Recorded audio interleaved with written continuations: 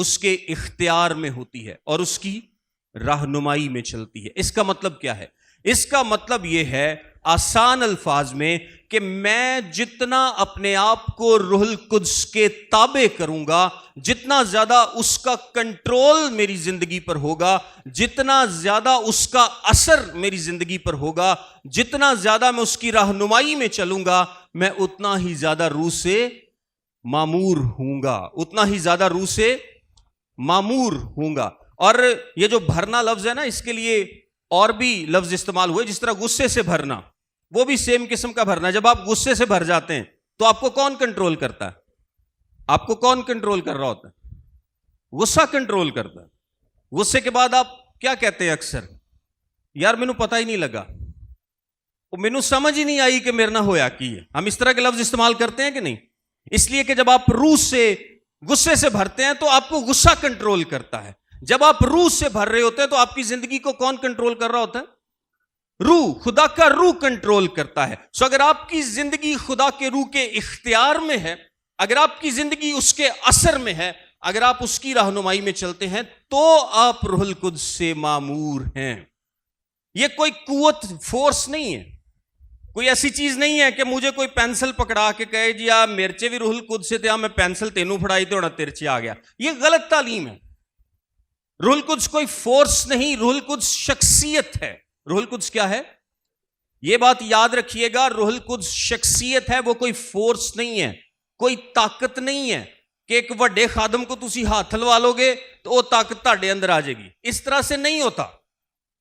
آپ کو اپنی زندگی کو خدا کے روح کے تابع کرنا پڑتا ہے، سرنڈر کرنا پڑتا ہے، اس کی رہنمائی میں چلنا پڑتا ہے، اس کے زیر اثر چلنا پڑتا ہے، پھر آپ کہہ سکتے ہیں کہ میری زندگی روح القدس سے کیا ہے؟ معمور ہے۔ اور میں نے آپ کو بتایا یہ ایک لگاتار عمل ہے، یہ ون ٹائم کا عمل نہیں ہے۔ آج اگر میری زندگی روح القدس کے کنٹرول میں ہے تو میں روح القدس سے معمور ہوں، اور اگر میں اپنی زندگی کا کنٹرول روح القدس کے سپرد نہیں کرتا تو میں روح القدس سے معمور نہیں ہوں۔ لیکن روح القدس تو پھر بھی میرے اندر موجود ہے، ایسا ہے کہ نہیں؟ آپ جب ایمان لاتے ہیں، جب توبہ کرتے ہیں تو خدا کا روح آپ کی زندگی میں آتا ہے، لیکن اگر آپ اپنی زندگی کا کنٹرول اسے نہیں دیتے، اپنی مرضیاں کرتے ہیں، تو پھر کلام مقدس اس کو کیا بیان کرتا ہے؟ آپ پاک روح کو رنجیدہ کرتے ہیں۔ آپ پاک روح کو کیا کرتے ہیں؟ رنجیدہ وہ اسی وقت ہوگا جب وہ آپ کے اندر موجود ہے، لیکن آپ اپنا کنٹرول اس کو نہیں دے رہے، اپنی زندگی کا، اپنے دماغ کا، اپنے دل کا اور اپنی مرضی کا۔ کنٹرول کس کا دینا ہے آپ نے؟ اپنے دماغ کا، اپنے دل کا اور اپنی مرضی کا۔ یعنی آپ کی سوچیں کون سی سوچیں ہوں گی؟ جو خدا کی سوچیں ہوں گی۔ آپ کے دل میں جو محبت ہوگی وہ کون سی ہوگی؟ خدا کی محبت ہوگی۔ اور آپ کی مرضی کس کی گائیڈنس میں چلے گی؟ روح کی گائیڈنس میں چلے گی۔ آئیے اس کو اور زیادہ سمجھنے کی کوشش کرتے ہیں۔ میں آپ کو اس کو دو طریقوں سے آج بتاؤں گا جس سے ہم سمجھ پائیں بیسیکلی کہ روح القدس کا کام ہماری زندگی میں کیا ہوتا ہے اور کس طرح سے ظاہر ہوتا ہے۔ اس کو دو حصوں میں نے ڈیوائیڈ کیا ہے۔ پہلا حصہ وہ ہے جب روح القدس آپ کی زندگی میں کام کرتا ہے، جب آپ توبہ کرتے ہیں۔ پہلا حصہ کون سا ہے؟ جو روح القدس آپ کی زندگی میں کام کرتا ہے جب آپ توبہ کرتے ہیں، اور وہ سارے کام روح القدس کرتا ہے۔ دوسرا حصہ وہ ہے توبہ کرنے کے بعد سے لے کر قبر میں جانے تک روح القدس آپ کی زندگی میں کچھ اور کام کرتا ہے، لیکن وہ سارے کام روح القدس اکیلا نہیں کرتا، بلکہ آپ کی مرضی اس میں شامل ہوتی ہے۔ سو پہلے حصے میں اگر میں آپ کو مختصراً پہلا حصہ بتاتا ہوں، دوسرا حصہ ہم ڈیٹیل میں سمجھیں گے۔ پہلا حصہ وہ ہے کہ جب ہم توبہ کرتے ہیں تو خدا کا روح کون کون سے کام ہماری زندگی میں کرتا ہے۔ یہ باتیں یاد رکھیے گا، لازمی نوٹ کر سکتے ہیں تو کر لیں۔ 7 کام ہیں جو خدا کا روح ہماری زندگی میں کرتا ہے جس دن ہم توبہ کرتے ہیں، جس دن ہم توبہ کرتے ہیں۔ سب سے پہلا کام جو خدا کا روح ہماری زندگی میں کرتا ہے وہ یہ ہے کنوکشن کو پیدا کرنا، گلٹ کو پیدا کرنا، احساس گناہ کو پیدا کرنا۔ ایک عام انسان اپنی گری ہوئی حالت میں توبہ نہیں کر سکتا، آپ مانتے ہیں اس بات کو؟ انسان اس قابل نہیں ہے، انسان اتنے جوگا نہیں ہے، انسان ایسا ہے ہی نہیں کہ اپنی گنہگار حالت میں وہ خدا کو ڈھونڈ سکے یا اپنے گناہ پر پشیمان ہو سکے۔ انسان ایسا نہیں ہے۔ انسان کے اندر احساس گناہ کون پیدا کرتا ہے؟ خدا کا روح پیدا کرتا ہے۔ یہ پہلا کام ہے جو کہ خدا کا روح آپ کی زندگی میں کرتا ہے۔ دوسرا کام خدا کا روح جو آپ کی زندگی میں کرتا ہے، اور یہ سارے ببلیکل ہیں، ان سب کے حوالے ہیں، میں اس کا حوالہ آپ کو بتا دیتا ہوں۔ یوحنا کی انجیل اس کا 16واں باب اور 18ویں آیت۔ خدا کا روح ہمیں احساس گناہ دلاتا ہے، یعنی ہمیں کنوکٹ کرتا ہے۔ پھر دوسرا تimotheus اس کے دوسرے باب کی 25ویں آیت کے مطابق خدا کا روح ہمیں توبہ کی توفیق دیتا ہے۔ یعنی آپ کو گناہ کا احساس ہو گیا، آپ کو پتہ چل گیا کہ میں کتنا برا انسان ہوں۔ اب آپ اس سے اگلا عمل کیا کریں گے؟ اس گناہ سے پیچھا چھڑانا چاہیں گے، اس گناہ پر پشیمان ہوں گے، اس سے توبہ کرنا چاہیں گے، اس سے منہ موڑ لینا چاہیں گے۔ یہ توفیق آپ کو کون دیتا ہے؟ یہ بھی خدا کا روح دیتا ہے۔ یہ توفیق کون دیتا ہے؟ یہ بھی خدا کا روح دیتا ہے۔ اس کے بعد تیسرا کام، خدا آپ کو نئے سرے سے پیدا کرتا ہے۔ یوحنا کی انجیل اس کا 3 باب بیان کرتا ہے، خدا کا روح آپ کو نئے سرے سے پیدا کرتا ہے۔ سو پہلا کام، خدا کے روح نے مجھے گناہ کا احساس دلایا کہ میں کیا ہوں؟ گنہگار ہوں۔ دوسرا کام، خدا نے مجھے توبہ کی توفیق دی۔ تیسرا کام، خدا نے مجھے نئے سرے سے پیدا کیا۔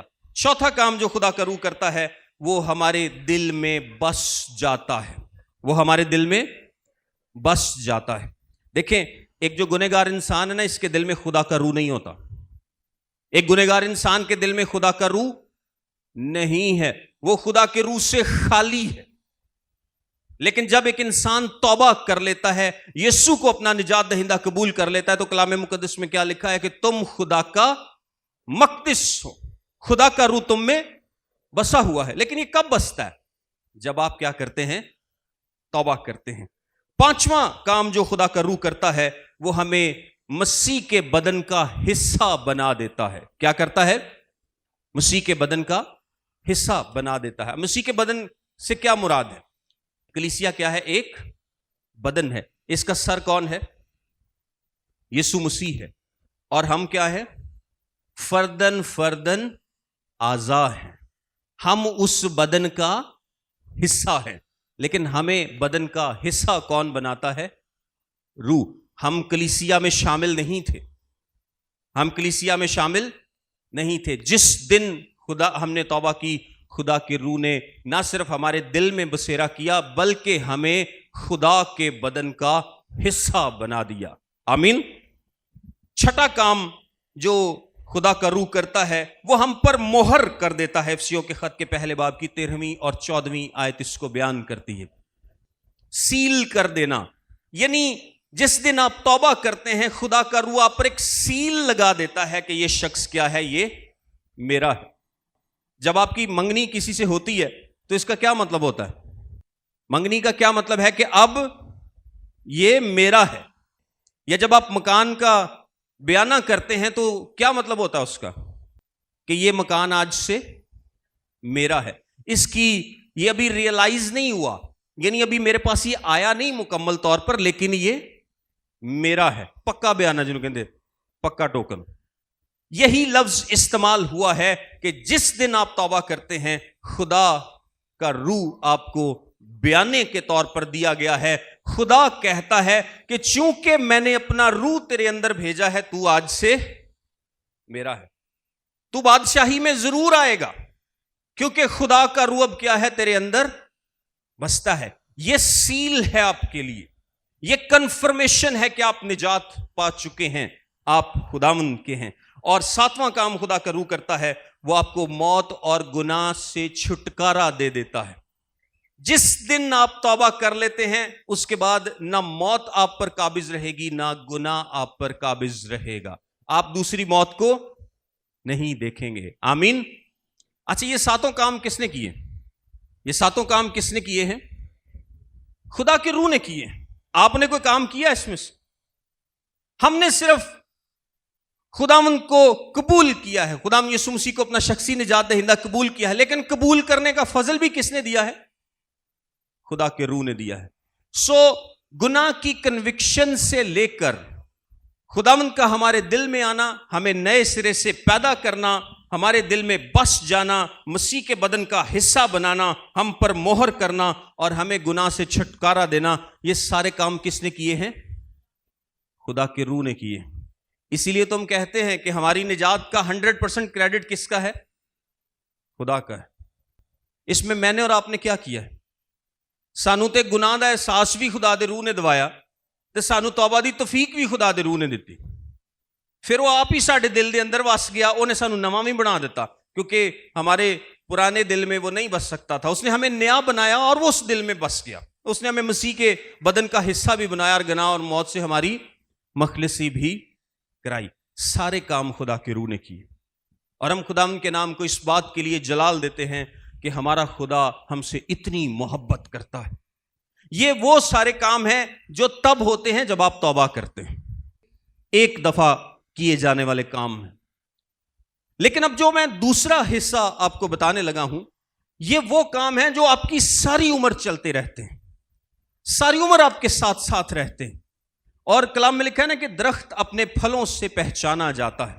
سو میں چند باتیں آپ کو بتاؤں گا کہ جب خدا کا روح ہماری زندگی میں کام کرتا ہے تو کون سی خدمت ہے جو کہ وہ ہماری زندگی میں کرتا ہے، اور ہم کس سے اندازہ لگا سکتے ہیں کہ آیا واقعی خدا کا روح ہماری زندگی میں کام کر رہا ہے یا نہیں، آیا واقعی ہم خدا کے روح سے معمور ہیں یا نہیں، آیا واقعی وہ شخص خدا کے روح سے معمور ہے یا نہیں. صرف یہ تو نہیں کہ وہ سٹیج پر کھڑے ہو کر صرف دعویٰ کرتا ہے کہ جی میں سارے نہ بوتا خدا دے نال روح دے نال معمور ہاں تے میرے کو آ کے ہاتھ ہلوا لو سارے تے تسی بھی سارے معمور ہو جاؤ گے.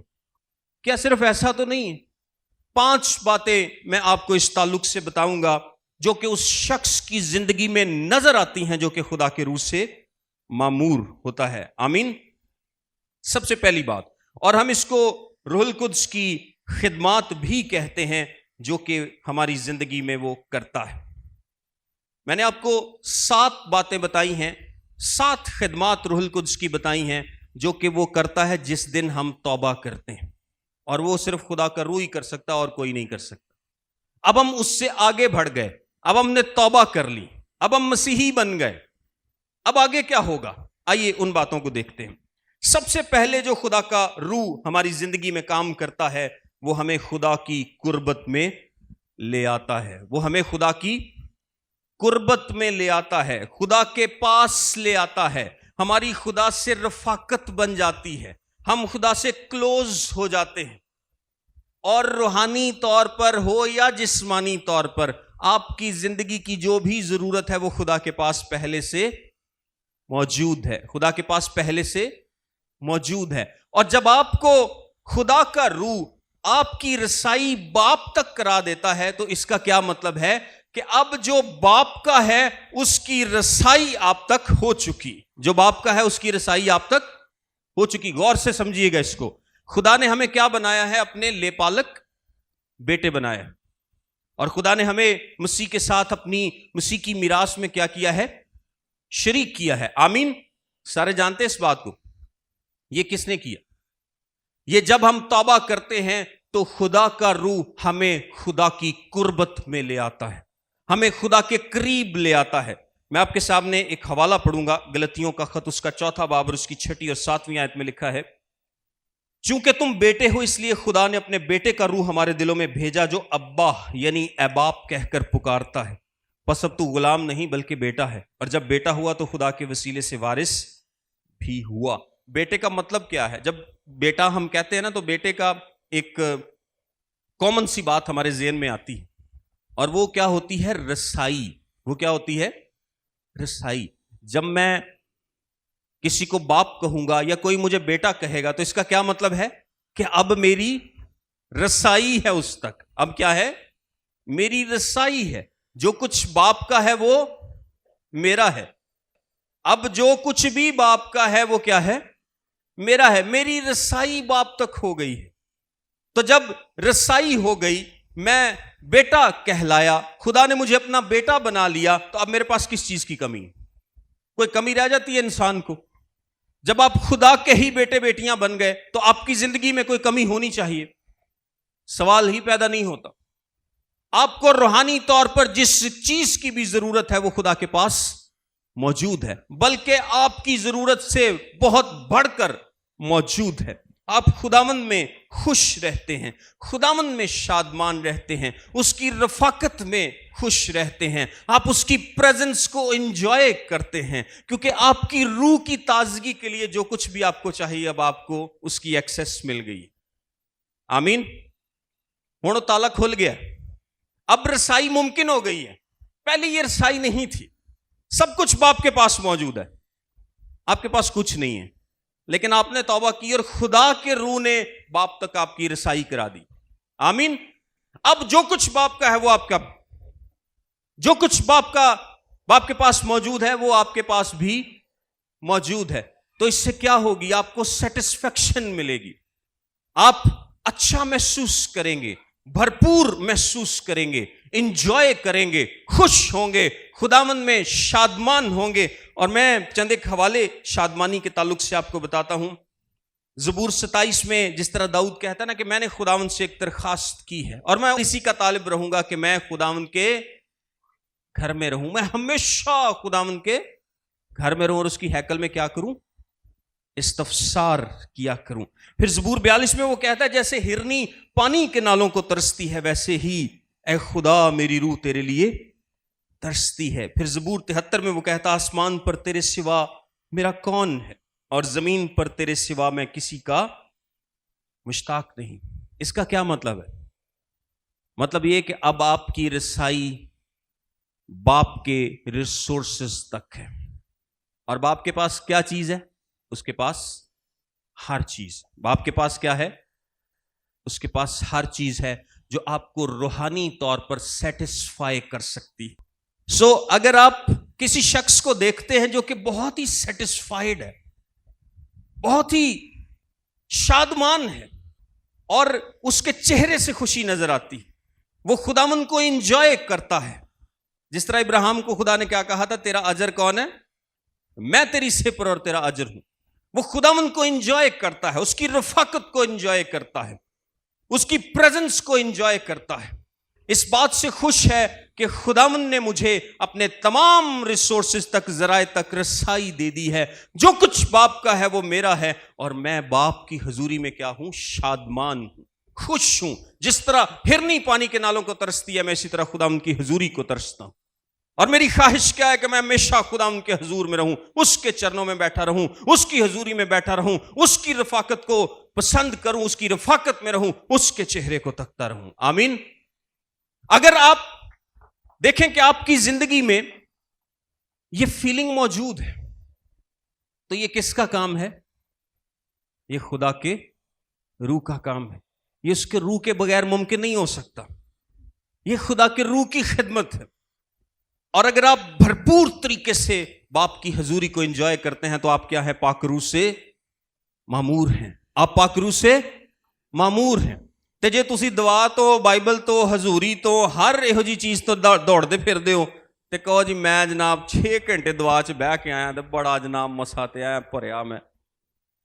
کئی لوگ بہت ہی دعا کر کے آن نا تو کوئی بندہ ادھر ادھر دی گال کردا یار تو میرا مسا خراب کرتا، یہو جے بھی لوگ ہوندے نے، وہ سمجھتے ہیں پتہ نہیں میں بہت زیادہ دعا کر لی تو بہت زیادہ مسا میرے چ بھر گیا۔ یہ اس طرح سے نہیں ہے، ہمیں اپنے کانسیپٹ سیدھے کرنے کی ضرورت ہے۔ آئیے دوسری بات کی طرف آتے ہیں۔ دوسری بات یہ ہے، خدا کا کلام لکھا کس نے ہے؟ کس نے لکھوایا؟ خدا کے روح نے لکھوایا ہے۔ خدا کا کلام ہمیں کیا بتاتا ہے کہ کس کی انسپریشن سے، الہام سے خدا کا کلام لکھا گیا ہے؟ روح کے الہام سے۔ انسان اپنی مرضی سے نہیں لکھ سکتا، وہ اپنی مرضی سے کچھ نہیں کر سکتا، خدا کے روح کے الہام سے یہ کلام لکھا گیا ہے۔ تو جب لکھوایا خدا کے روح میں ہے تو اس کلام میں جان کون ڈال سکتا ہے؟ خدا کا روح ڈال سکتا ہے۔ اس کے علاوہ باقی تمام لوگوں کے لیے یہ صرف لفظ ہے۔ یہ کیا ہے؟ صرف لفظ ہے۔ لوگ بائبل پڑھتے ہیں، بڑی بڑی بائبل پڑھتے ہیں کہ جیسے یہ جو غلطیاں لبڑیاں نے اسی وینے ہیں کہ چکی کی غلطیاں نے، چکی کی غلط لکھیا ہے، ایتھے آ سال لکھیا ہے، ایتھے او سال لکھیا ہے، ایتھے انج لکھیا ہے۔ وہ پڑھتے رہیں گے لیکن ان کو سمجھ نہیں آئے گی، کیونکہ یہ کلام ان کے لیے زندہ کلام نہیں ہوتا۔ اس کو زندگی کون دیتا ہے؟ زندگی اس کو ہمارے اندر زندہ کون کر دیتا ہے؟ جس نے یہ لکھوایا ہے۔ اگر وہ آپ کے اندر نہیں ہے، اگر خدا کا کلام آپ کے اندر نہیں ہے تو یہ کلام آپ کے اندر زندہ کیسے ہوگا؟ اگر خدا کا روح آپ کی زندگی میں نہیں ہے، آپ خدا کے روح سے معمور نہیں ہیں، تو یہ کلام آپ سے باتیں نہیں کرے گا۔ آپ پڑھتے رہیں گے، آپ کو سمجھ نہیں آئے گی، کیونکہ اس کلام کو زندگی کون بخشتا ہے، تازگی بھرپوری کون بخشتا ہے، آپ کے اندر لائف کون کر دیتا ہے؟ خدا کا روح کر دیتا ہے۔ اور جو لوگ خدا کے روح سے معمور ہوتے ہیں وہ کلام کو نہ صرف پڑھتے ہیں بلکہ اس کو سمجھ پاتے ہیں۔ اور آپ نے دیکھا ہوگا کئی لوگوں کو بہت اچھی سمجھ آتی ہے خدا کے کلام کی، خدا ان کو گائیڈ کرتا ہے، کیونکہ خدا کا طریقہ کیا ہے آپ سے بات کرنے کا؟ ہم اکثر یہی سوچتے رہتے ہیں کہ پتہ نہیں خدا مینوں رات نو خواب چ آ کے کچھ کہے، خدا مینوں کسی بندے نو کہے کہ جا اینو جا کے فلاں کام کہہ، پروفیسی کر دیتے، یہ کر۔ ہم اکثر یہی خیال کرتے رہتے ہیں کہ پتہ نہیں شاید خدا مجھ سے ایسے بات کرے گا، لیکن خدا کیسے بات کرتا ہے؟ اپنے کلام سے بات کرتا ہے۔ یہ کلام بولتا ہے، یہ کلام باتیں کرتا ہے۔ اس کے لیے میں آپ کو ایک حوالہ بتاتا ہوں۔ یوحنا کا پہلا خط اس کا 2 باب اور اس کی 20ویں آیت میں لکھا ہے، تم کو اس قدوس کی طرف سے مسح کیا گیا ہے اور تم سب کچھ جانتے ہو۔ یہاں مسح کا مطلب روح القدس ہے۔ مسح کا کیا مطلب ہے؟ روح القدس۔ 27ویں آیت میں لکھا ہے، اور تمہارا وہ مسح جو اس کی طرف سے کیا گیا تم میں قائم رہتا ہے، اور تم اس کے محتاج نہیں کہ کوئی تمہیں سکھائے، بلکہ جس طرح وہ مسح جو اس کی طرف سے کیا گیا تمہیں سب باتیں سکھاتا ہے اور سچا ہے اور جھوٹا نہیں، اور جس طرح اس نے تمہیں سکھایا ہے اسی طرح تم اس میں قائم رہتے ہو۔ یعنی آپ کے اندر روح القدس موجود ہے، وہ آپ کا استاد ہے، وہ آپ کا ٹیچر ہے، وہ آپ کو بتاتا ہے، وہ سکھاتا ہے، وہ قائم رہتا ہے، وہ کنوکٹ کرتا ہے، وہ بتاتا ہے، وہ گائیڈ کرتا ہے، وہ رہنمائی کرتا ہے کہ بیٹا نہ کر، یہ کام نہ کر، بیٹی یہ کام نہ کر۔ یہ آپ کی مرضی ہے کہ آپ اس کی ٹیچنگ کو مانتے ہیں یا نہیں، آپ اس کے حکموں کو مانتے ہیں یا نہیں، کیونکہ خدا نے انسان کو آزاد مرضی دی ہے، اور بہت دفعہ ہم نہیں مانتے۔ بہت دفعہ خدا کا روح ہمیں گائیڈ کر رہا ہوتا ہے اور ہم کیا کرتے ہیں؟ اسی کان بند کر لیں۔ تو ہم کیا کرتے ہیں؟ خدا کے روح کو رنجیدہ کرتے ہیں، خدا کے روح کو رنجیدہ کرتے ہیں۔ سو روح القدس آپ کا سب سے بڑا اور خوبصورت ٹیچر ہے جو کہ آپ کو سکھاتا ہے۔ اور جب وہ سکھانے والا نا، تو یقین کریں آپ بدعتوں کے ہاتھ میں نہیں آئیں گے، آپ غلط تعلیم کے ہتھے نہیں چڑھیں گے، آپ جھوٹے استادوں کے ہتھے نہیں چڑھیں گے۔ جتنا زیادہ آپ روح سے معمور ہوتے چلے جائیں گے، یعنی اپنے آپ کو اس ٹیچر کے تابع کرتے چلے جائیں گے، وہ ٹیچر آپ کو سکھائے گا کہ کیا صحیح ہے اور کیا غلط ہے۔ آپ کی زندگی سکون میں آ جائے گی۔ کوئی جننے مرضی وہماں والی گل کرے آ کے اب پانی سٹیا دے اتوں نہیں لنگنا، تسی وہ اتوں ہی لنگو گے، خیر ہے۔ خدا کا روح ہمیں ایسی کوئی بات نہیں سکھاتا۔ نہ توہم پرستی میں پڑیں گے، نہ غلط استادوں کے ہتھے چڑھیں گے، نہ غلط تعلیم کے ہتھے چڑھیں گے۔ سو جب بھی آپ ایک ایسی زندگی کو دیکھتے ہیں جو کہ نہ صرف خدا کی حضوری کو انجوائے کرتی ہے بلکہ وہ خداوند سے سیکھتی ہے، وہ خداوند کے حکموں پر عمل کرتی ہے اور اس کی رہنمائی میں چلتی ہے، تو وہ زندگی کیا ہے؟ روح القدس سے معمور ہوتی ہے۔ تیسرے نمبر پر روح القدس کا کام ہے یسوع مسیح کو جلال دینا۔ ایک اور کام جو روح القدس کرتا ہے وہ کیا ہے؟ یسوع مسیح کو جلال دینا۔ کلام مقدس میں یوحنا کی انجیل کے 15ویں باب کی 26ویں آیت میں لکھا ہے، لیکن جب وہ مددگار آئے گا جس کو میں تمہارے پاس باپ کی طرف سے بھیجوں گا، یعنی روح حق جو باپ سے صادر ہوتا ہے، تو وہ میری گواہی دے گا۔ کیا کرے گا؟ وہ میری گواہی دے گا۔ پھر 16ویں باب کی 14ویں آیت میں لکھا ہے، وہ میرا جلال ظاہر کرے گا، اس لیے کہ مجھ ہی سے حاصل کر کے تمہیں خبریں دے گا۔ اس کا مطلب پتہ کیا ہے؟ یہ روح القدس کی منسٹری ہے، یہ روح القدس کی خدمت ہے کہ وہ آپ کی زندگی میں مسیح کے نام کو جلال دیتا ہے۔ وہ کیا کرتا ہے؟ مسیح کے نام کو جلال دیتا ہے، یعنی آپ مسیح جیسے بن جائیں، اس میں روح القدس آپ کی مدد کرتا ہے۔ آپ مسیح جیسا سوچیں، مسیح جیسا عمل کریں، آپ کی زندگی مسیح جیسی ہو، آپ کرائسٹ لائک ہوں، آپ مسیح کو تکتے رہیں. کلام مقدس میں کیا لکھا ہے؟ کلام مقدس میں غلطیوں کے خط کے 4 باب کی 19ویں آیت میں لکھا ہے جب تک مسیح تم میں صورت نہ پکڑ لے. اور پھر دوسرا کرنتھیوں اس کے 3 باب کی 18ویں آیت میں لکھا ہے اس خداوند کے وسیلے سے جو روح ہے ہم اسی جلالی صورت میں درجہ بدرجہ بدلتے جاتے ہیں. یعنی روح القدس کیا کرتا ہے؟ وہ آپ کو درجہ بدرجہ مسیح کی مانند بناتا جاتا ہے. سو جب آپ کسی زندگی کو دیکھتے ہیں جو کہ آپ کو مسیح کی طرح کی لگتی ہے، اس کا ایٹیچیوڈ مسیح کی جیسا ہے، اس کا رویہ مسیح جیسا ہے، اس کا چال چلن مسیح جیسا ہے، اس کا بولنا مسیح جیسا ہے، اس کی زندگی میں آپ کو مسیح نظر آتا ہے، تو ایسی زندگی میں بیسیکلی کون کام کر رہا ہے؟ خدا کا روح کام کر رہا ہے. اور ایسی زندگی کیا ہے؟ روح سے معمور ہے. اگر کوئی مسیح جیسا آپ کو دکھتا ہے، لکھا ہے کہ اسی کو تکتے رہو، اور جب آپ اس کو تکتے رہتے ہیں تو آپ اس کی مانند بننا شروع کر دیتے ہیں، اور یہ کام روح القدس کرتا ہے. تو اگر آپ کو کوئی شخص لگتا ہے کہ اس کا رویہ مسیح جیسا ہے، کلام میں لکھا ہے کہ جب مسیح بولتا تھا تو لوگ حیران ہوتے تھے. لکھا ہے کہ وہ ان پر فضل باتوں سے جو اس کے منہ سے نکلتی تھی، یعنی جب یسوع منہ کھولتا تھا تو اس کے منہ سے کیسی باتیں نکلتی تھی؟ پر فضل باتیں نکلتی. وہ گالی کھا کر گالی نہیں دیتا تھا، کلام بیان کرتا ہے، وہ برداشت کرتا تھا، وہ پیار کرتا تھا، وہ محبت کرتا تھا. ہر اچھی خاصیت مسیح میں موجود تھی. تو اگر آپ مسیح جیسی خصوصیات کسی شخص میں دیکھتے ہیں اور آپ خود کو دیکھتے ہیں کہ یار میں مسیح جیسا بنتا جا رہا ہوں، مسیح مجھ میں نظر آنا شروع ہو گیا ہے، مسیح مجھ میں صورت پکڑتا جا رہا ہے، میری شخصیت تبدیل ہوتی جا رہی ہے، میں مسیح جیسا بنتا جا رہا ہوں، تو اس کا کیا مطلب ہے کہ آپ پاک روح سے معمور ہو رہے ہیں، کیونکہ آپ کی زندگی میں پاک روح کام کر رہا ہے. کیونکہ پاک روح کی خدمت ہے کہ وہ مسیح کے نام کو جلال دے گا. آپ مسیح کو، اس کے اختیار کو مانیں گے. چوتھے نمبر پر پاک روح کا ہماری زندگی میں کام ہے کہ وہ ہمیں خدا کی مرضی پر چلاتا ہے.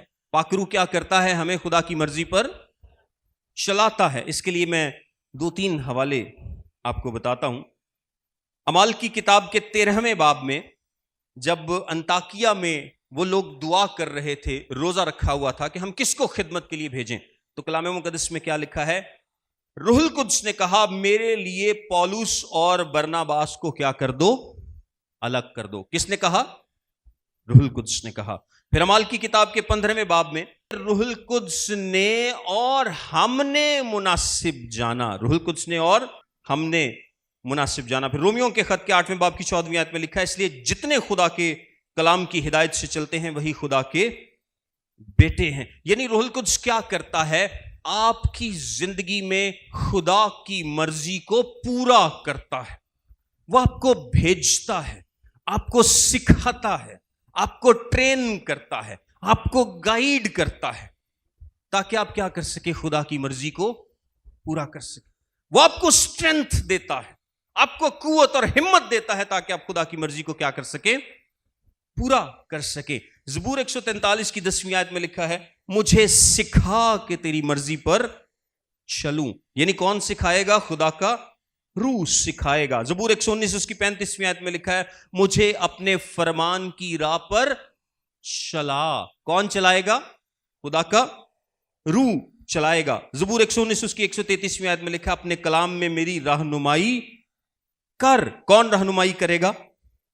خدا کا روح رہنمائی کرے گا. سو اگر آپ ایک ایسی زندگی کو دیکھتے ہیں جس کی سوچیں خدا کے روح کی مرضی کے مطابق ہیں، جو خدا کی مرضی کو پورا کرنے کے لیے کوشش کر رہا ہے، لگا ہوا ہے، ایفرٹ کر رہا ہے، کیونکہ خدا کا روح کیا کرتا ہے؟ اس کی مدد کرتا ہے، اس کو انیبل کرتا ہے، اس کے ساتھ ہوتا ہے کہ وہ خدا کی مرضی کو کیا کر سکے؟ پورا کر سکے. تو جب آپ کسی زندگی میں خدا کی مرضی کو پورا ہوتے ہوئے دیکھتے ہیں تو اس کا کیا مطلب ہے؟ کہ وہ زندگی خدا کے روح سے معمور ہے، وہ زندگی خدا کے روح سے معمور ہے. اور لاسٹ پوائنٹ یہ بھی بڑا زبردست ہے اور میں چاہتا ہوں کہ آپ سب لوگ اس پوائنٹ کو یاد رکھیں روح القدس ایک ایماندار کو انیبل کرتا ہے کہ وہ دوسرے ایمانداروں کی خدمت کر سکے. آمین. روح القدس ایک ایماندار کو اس قابل بناتا ہے، اسے نعمتیں دیتا ہے، اسے اس لائق بناتا ہے کہ وہ کسی نہ کسی کیپیسٹی میں دوسرے ایمانداروں کی خدمت کر سکے. عبرانیوں کے خط کے 10ویں باب کی 24ویں آیت میں لکھا ہے، محبت اور نیک کاموں کی ترغیب دینے کے لیے ایک دوسرے کا لحاظ رکھیں. پھر 25ویں آیت میں لکھا، اور ایک دوسرے کے ساتھ جمع ہونے سے باز نہ آئیں. رومیوں کے خط کے 12ویں باب میں لکھا ہے، ہم ایک بدن ہیں اور طرح طرح کی نعمتیں بھی رکھتے ہیں. سمرائز کر کے میں بتا رہا ہوں، یعنی نعمتیں تو طرح طرح کی ہیں مگر روح ایک ہی ہے. یعنی خدا کا روح آپ کو نعمتیں دیتا ہے تاکہ آپ بدن کی ترقی کے لیے کام کر سکیں.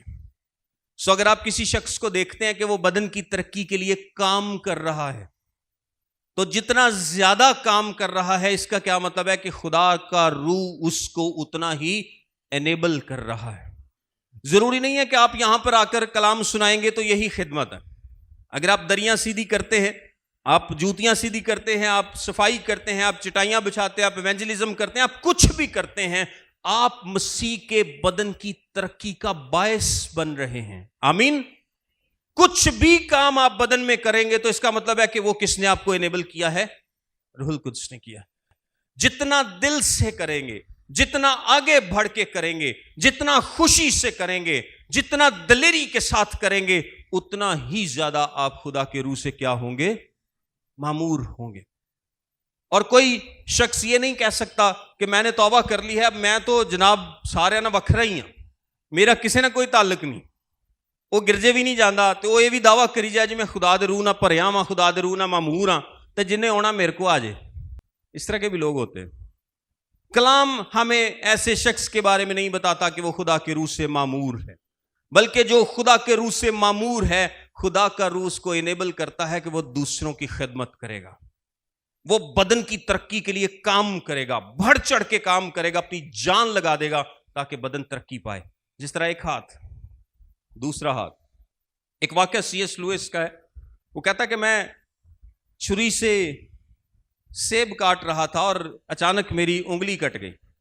تو میں نے سوچا کہ یار دائیں ہاتھ نے بائیں انگلی کاٹ دی ہے، تو میرے بائیں ہاتھ کو کیا چاہیے تھا کہ چھری پکڑے اور دائیں ہاتھ کو کاٹ کے اپنا بدلہ لے. لیکن بائیں ہاتھ نے ایسا تو نہیں کیا. بائیں ہاتھ نے کیا کیا؟ اٹھ کے فوراً سے پٹی کی دائیں ہاتھ پہ، اس کا خیال رکھا، کیونکہ وہ ایک بدن کا حصہ ہے. ہم بھی مسیحی ہوتے ہوئے کیا ہیں؟ ایک بدن کا حصہ ہیں. اور اگر ہم بدن کے اعضاء کی طرح ایک دوسرے کا خیال نہیں رکھتے، ایک دوسرے کی ترقی کا باعث نہیں بنتے، تو اس کا مطلب ہے کہ کوئی گڑبڑ ہے. ہم خدا کے روح سے معمور نہیں ہے. ہمیں خدا کے روح سے معمور ہونے کی ضرورت ہے. ہمیں اپنی زندگی کا کنٹرول اس کے تابع کرنے کی ضرورت ہے. کیونکہ اگر میں کسی بہن کو، کسی بھائی کو، کسی چرچ ممبر کو دکھی دیکھتا ہوں، تکلیف میں دیکھتا ہوں، اوورآل باڈی آف کرائسٹ میں کچھ بھی مجھے جو خدمت دی گئی ہے نہیں کرتا، کرنا نہیں چاہتا، دل سے نہیں کرتا، تو میں پاک روح سے معمور نہیں ہو سکتا.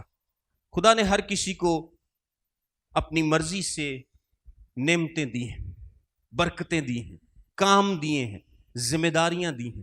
لیکن اگر آپ مسیحی ہیں نا تو یہ بات یاد رکھیے گا، اگر آپ مسیحی ہیں تو آپ یہ نہیں کہہ سکتے کہ میرے ذمہ خدا نے کچھ نہیں لایا. یہ نہیں ہو سکتا، یہ ببلیکل نہیں ہے. اگر آپ نے مسیح کو قبول کیا ہے اور آپ خود کو مسیحی کہتے ہیں تو آپ پر بھی ذمہ داری عائد ہوتی ہے.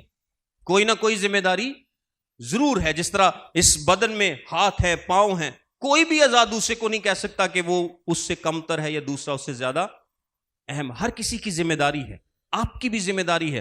بس ضرورت اتنی ہے کہ آپ اپنی اس ذمہ داری کو نہ صرف جانچیں پرکھیں بلکہ اس کے لیے کام کریں، محنت کریں، خداوند سے پوچھیں، مانگیں، خداوند تو مجھے بتا کہ اس بدن میں میری کیا ذمہ داری ہے. کیونکہ ذمہ داری تو سب کو ملی. کوئی ایسا شخص نہیں ہے، کوئی آپ میں سے ایک بھی نہیں کہہ سکتا کہ خدا دے روح نے میرے ذمے تے کچھ بھی نہیں لایا. انہیں کہا بس تو مسیحی ہو گیا، تو میں نے قبول کر لیا، بہت ہے. ایسا نہیں ہوتا. آپ کو دوسرے ایمانداروں کی خدمت کے لیے جی جان سے محنت کرنی ہے. اسی سے پتا چلے گا کہ آپ خدا کے روح سے کیا ہیں؟ مامور ہیں. میں نے 5 باتیں آپ کو بتائی ہیں. پہلے میں نے آپ کو 7 باتیں بتائیں کہ وہ کام وہ ہیں جو خدا کا روح اس وقت کرتا ہے، اور اس کے بعد میں نے آپ کو 5 باتیں بتائیں جو کہ ہماری زندگی میں قبر تک چلتی رہتی ہیں. ہم خداوند یسوع جیسے بنتے ہیں، ہم اس کی حضوری کو انجوائے کرتے ہیں، ہم خدا کے کلام کو پڑھتے ہیں، پاک روح سے سیکھتے ہیں، ہم خدا کی مرضی پر چلتے ہیں، اور ہم دوسرے ایمانداروں کے لیے کام آتے ہیں. اس کے علاوہ بھی خدا کے روح کی اور خدمتیں ہیں، آپ اپنی زندگی میں ان کو پہچان سکتے ہیں. لاسٹ میں آپ کو ایک چھوٹی سی سٹوری سناؤں گا. ایک شخص جوزف کیرل نامی شخص ہے، اور اس کے سنانے کا مقصد یہ ہے کہ ہم سب مسیحی ہوتے ہوئے بھی دکھوں میں سے گزرتے ہیں، تکلیف میں سے گزرتے ہیں. ایسا ہے کہ نہیں؟ ایسا ہے کہ نہیں؟ ہم مسیحی ہیں، اور ہم نے پہلا پوائنٹ یہ دیکھا تھا کہ جب مسیحی ہیں تو بیٹے ہیں، اور جب بیٹے ہیں تو باپ کا سب کچھ ہمارا ہے. اور اگر باپ کا سب کچھ ہمارا ہے پھر بھی اسی اتنی ٹینشن چے، پریشانی چے، مصیبت چے کیوں؟ میں آپ کو ایک سٹوری سناتا ہوں. ایک جوزف کیرل نامی شخص تھا امریکہ میں. وہ ایک ریاست میں گیا اور وہاں پر اس کو کسی دوسری ریاست میں کلام سنانا تھا. تو اس نے جو اس کے میزبان تھے وہ دوسری ریاست سے آئے اور انہوں نے کہا کہ ہم آپ کو یہاں سے لے کے جائیں گے اور واپس آپ کو یہاں پر ڈراپ کر دیں گے.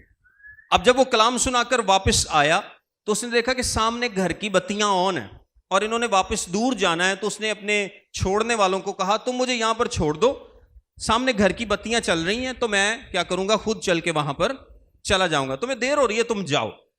اس نے ان لوگوں کو بھیج دیا. فون اس وقت تھے نہیں، تھوڑی سی پرانی بات ہے، یعنی یہ جو سیل فونز ہیں وہ نہیں تھے. تو اس نے جا کر نوک کرنا شروع کر دیا. اب جو اس کے میزبان تھے وہ کوئی دروازہ ہی نہ کھولے، تے ٹھنڈ تو بے انتہا. وہ کہتا کہ میں اتنا نوک کروں کہ مجھے پریشانی ہونا شروع ہو گئی کہ اگر پڑوسی سن کے اکٹھے ہو گئے تو کہیں میرے لیے گڑبڑ نہ ہو جائے. پھر وہ کہتا کہ میں نے سوچا کہ گھر کی پچھلی طرف کچن ہے تو کچن کی کھڑکی سے جا کے کوشش کرتا ہوں کہ کوئی دروازہ کھول دے. تو کچن کی کھڑکی کے جا کے نوک کیا تو کہتا وہاں بھی کسی نے دروازہ نہیں کھولا. پھر میں نے سوچا کہ چلو پڑوسیوں کی جو پڑوسیوں کا گھر ہے نا ان کا جا کے نوک کرتا ہوں کہ انہوں فون کرو وہ دے گھر چے شاید کوئی دروازہ کھول دے. اس نے پڑوسیوں کا گھر نوک کیا، وہاں پر بھی کسی نے دروازہ نہیں کھولا. سردی تھی، لوگ اپنے کمروں میں کمبلوں شملوں میں لپٹ کر سو رہے تھے سارے، کیونکہ اس کو دیر ہو گئی. پھر کہتا میں چل پڑا کہ کوئی پبلک ٹیلی فون ڈھونڈوں. تو تھوڑا سا آگے گیا تو کوئی فون نہیں تھا. چلتا گیا راستے میں ایک جگہ کھڈا تھا، اس میں گر گیا. آدھی پینٹ کیا ہوگی، گیلی ہوگی. تو ٹھنڈ اتنی زیادہ، بڑی مشکل سے کہتا مجھے ایک ہوٹل ملا اور اس ہوٹل میں جا کر میں نے ریسیپشن پہ کہا کہ مجھے ایک فون کرنا ہے. ہوٹل والے نے کہا کہ ٹھیک ہے تم فون کر لو، کوئی مسئلہ نہیں. اس نے فون کیا اپنے میزبان کو اور میزبان کو کہتا کہ میں نے اتنی کوشش کی ہے کہ تم لوگ دروازہ کھولو لیکن کسی نے دروازہ نہیں کھولا. اس نے کہا جوزف اپنے کوٹ کی جیب میں ہاتھ ڈالو. کہتا میں نے اپنے فرنٹ کوٹ کی جیب میں ہاتھ ڈالا تو وہاں پر ایک چابی تھی. کہتا جب تم گھر سے گئے تھے میں نے تمہارے کوٹ میں چابی ڈال کے بھیجا تھا کہ تاکہ تم کو کوئی مشکل نہ ہو. یہ خدا کا خادم ہے اور یہ اس بات کو اس سے تشبیہ دیتا ہے کہ ہمارے پاس وہ چابی پتہ کون سی ہے؟ خدا کا پاک روح. خدا کا پاک روح. ہمارے پاس خدا کا روح موجود ہے. ہمارے پاس تمام ریسورسز موجود ہیں. ہمیں ضرورت کس چیز کی ہے؟ ہمیں ریسٹ کی ضرورت ہے. اس کو اس وقت کس چیز کی ضرورت تھی؟ ریسٹ کی ضرورت تھی، گرمائش کی ضرورت تھی، آرام کی ضرورت تھی، بستر پر جا کر لیٹ جانے کی ضرورت تھی اور اپنی تھکان سے نجات پانے کی ضرورت تھی. ہم بھی اپنی تکالیف میں اپنے 100 طریقے لگاتے رہتے ہیں. کبھی اس دروازے کو نوک کرتے ہیں، کبھی کچن والے دروازے کو نوک کرتے ہیں، کبھی پڑوسیوں کے دروازے کو نوک کرتے ہیں، کبھی جا کر ٹیلی فون بوتھ ڈھونڈنے کی کوشش کرتے ہیں. ہر چابی کہاں پر ہے؟ ہمارے پاس آلریڈی موجود ہے. مسیحی ہوتے ہوئے خدا کا روح